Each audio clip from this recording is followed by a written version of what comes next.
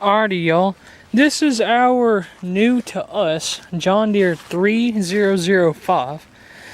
I do believe it is a 2008. I am not sure of that totally. But I mean, it's a really nice little thing. If you remember a long time ago, before I quit doing YouTube for a little bit, you actually caught a little bit of a glimpse of it in the background.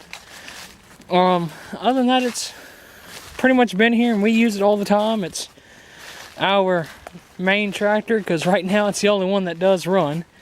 You can see it's got little scruffs and scrapes here and there, and got a little plastic coming out, or rubber. Other than that and a little ding right there. But that's pretty much about it. I mean, there's some other little things that need to be addressed and fixed up that can be done without too much work. Other than that, there's really no major work that needs to be done to it. It looks really, really nice. You can put the option with it down there and that little S port right there.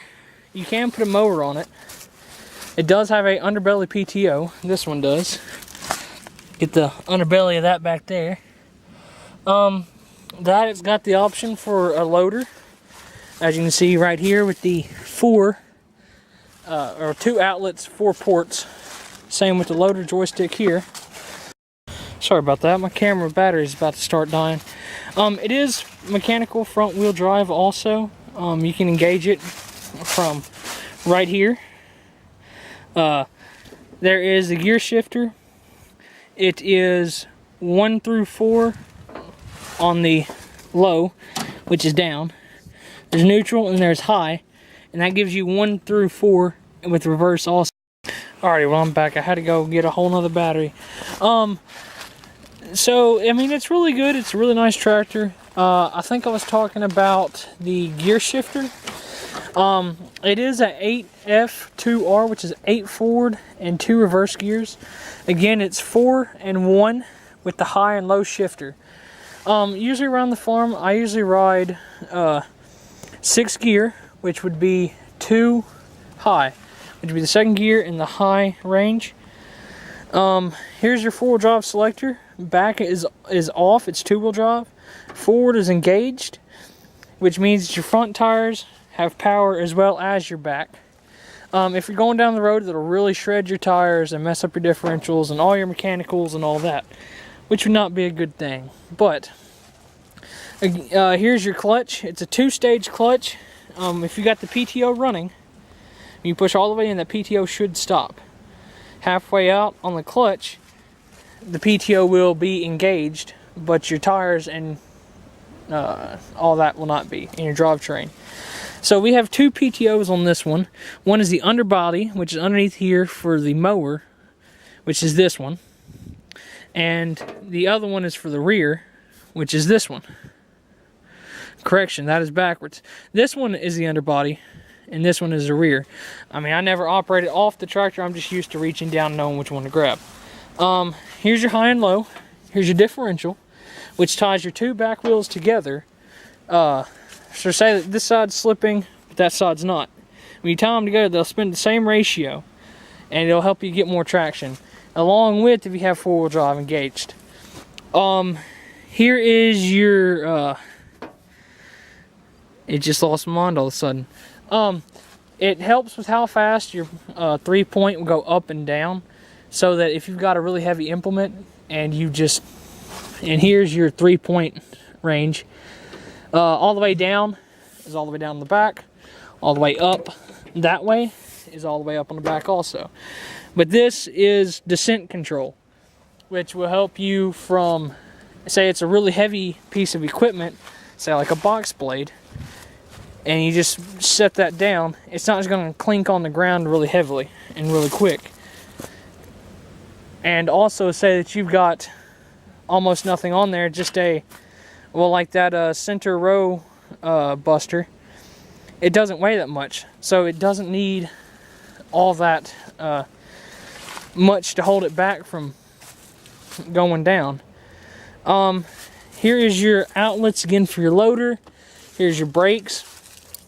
with them in this position, you have each brake independently with it, and that way they're tied together. And it's for if you want to turn really quickly and you have a 3-point implement, not a pull type, but a 3-point implement, you can slow down this tire and you'll spin all the way on this tire, or likewise for the other side. Obviously your right pedal is your right brake and your left pedal is your left brake, and that's pretty self-explanatory. Here's your throttle, all the way up as max throttle, all the way down as low throttle, and you also have a foot throttle down here just to control with your feet. Here is your parking brake, so you'd push the brakes down with your feet and you pull up and it would lock. And then whenever you want to take it off, you push the, you can hear it engage right there. Say that you want it to disengage, which is something we've got to replace on this one. It'll come up a little bit. Then you're gonna push down with your feet. You're gonna push down up here also, which as you see, it won't lock anymore. That is pretty much all the controls on ours. There's this control right here, which you pull sideways. When you're on the tractor, you can see you scoot the seat forward and backwards.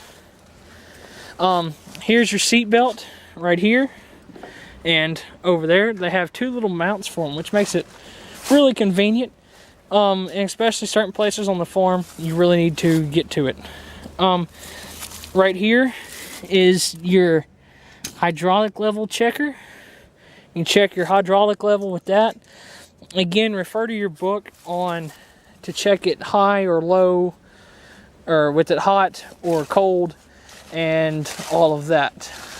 Here in a second, I'm going to take the hood off, and you'll see how all that's done. Or here, I might be able to do it right here one-handed. So over here on this side, you're going to pull, and it'll pop your hood up. Sometimes they'll get stiff. You got to pull them a little harder. You're going to hold up. You just hold this up, and here's your stand right there. As you can see, it fits right into there. Over here on the sides, you have your 2 little tabs. You're going to turn sideways, and also back here, you're going to turn sideways and let it pop out. See, there's 2 little spots right here and right here that the bottom part sits on. You're going to pull out. Same with the other side. But I pulled off this side because right here is how you check your engine oil on what would be the passenger side if it was a car, but it's just the right side from the cab. Here's your fuel shutoff, your oil or your diesel water separator so you don't get water into the engine. Here is your oil check level, or this is your fuel level, or where you fill it. Here is your antifreeze. Right here, you can see indicated on the side, this is how you check it. This is, and I might have this backwards, this is your engine oil right there, and this is your diesel filter, I think. I can't see it, I'd have to look at it again here in a little bit. This is your on and off switch, and this is your diesel pump. Here's your air filter right here. Pop this off right here, and there's also another one back here in the back, and just comes off like that. There's that one, and if I can get this one back there, and there's that one. Your headlights are right here, obviously, and there's your battery. So this is the front right here. So there's your air filter and your battery. On this side, I don't think there's anything important. I think they put everything over there on that right side. But let me double check. No, there's 2 fuses here. And also, here's the rest of your fuse box right there. So there's all that. Again, to put it back, I'm going to do right there. You're going to pull out and turn and fold towards the tractor. Same with back here. If I can get this lined up. Right there, turn, fold towards the tractor. Same with the other side, and I'll put that here in a sec. But whenever you want to undo it, put the hood down. You're going to pull that forward, and you're going to let that drop right there. There you go. I forgot to go over this right here is your diesel tank right here. It seems for ours to be about 5.5 gallons, maybe a little more. I don't know if they were, I don't know exactly how much they are. Here is your flashers on and off. I forgot to run over this on the dash. Flashers on and off. Here's your battery sensor. Battery light right there. Your parking brake. Let me try to get rid of that glare. Here's your parking brake right there. And your oil level. Here's your temperature gauge.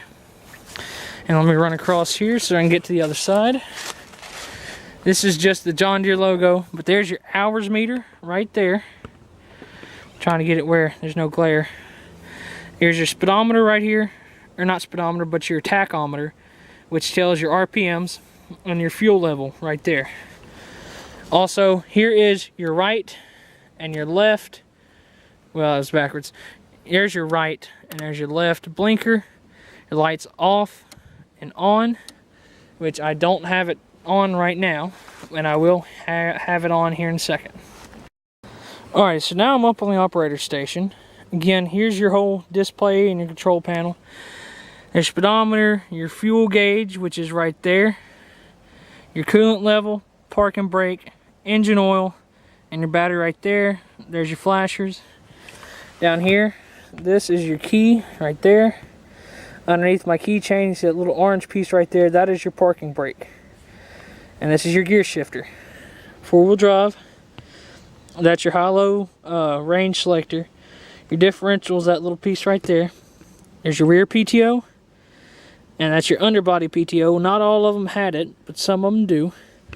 There's your 4-wheel drive range selector. Here's that brake, which is your left brake. That one's your right brake. Your foot throttle's right there. Hand throttle's right here. And your clutch is over here on this side. So, you're going to hit the clutch, press in, take the key, let it wait for a second. It's not that cold, but if it's cold, it does give you cold starting instructions, which is pretty much make sure everything's out of gear. Push your control lever completely forward to start if it's cold. Turn the ignition key to preheat just like it is now. You'll hear the pump going. And then you would wait. No, you would turn back, and that would be your glow plugs for, this says, I think, 20 seconds, 30 seconds, 20 seconds. I usually do about 45 seconds, usually what I end up doing. Just to give it extra, and then you turn. Just that easy. Now, I imagine you really can't hear me that well, but here is, I'm on high and second gear, which is usually what I use when I'm here. And you're gonna let off the clutch slowly, and now you're moving. Most of the time, when it's just me, and I'm just here and just doing whatever, most of the time, depending on where I am on the farm, I use third gear. I'm using second gear for this portion to kind of show you, but most of the time I will use high third, which would be 7th gear if I'm like out here, but I use second gear for if I'm more around, or it'd be 6th gear because it's high second out towards the barn and other places like that, just because it's so bumpy and all that over there. But I don't know how well you can hear me. I don't know how well the sound's gonna be, but if you can hear me, please like, comment, subscribe. If you have any other comments or questions, please post them on the front or down below, and click that subscribe button while you're at it for us. Alrighty, thank you. This is me signing off. See y'all.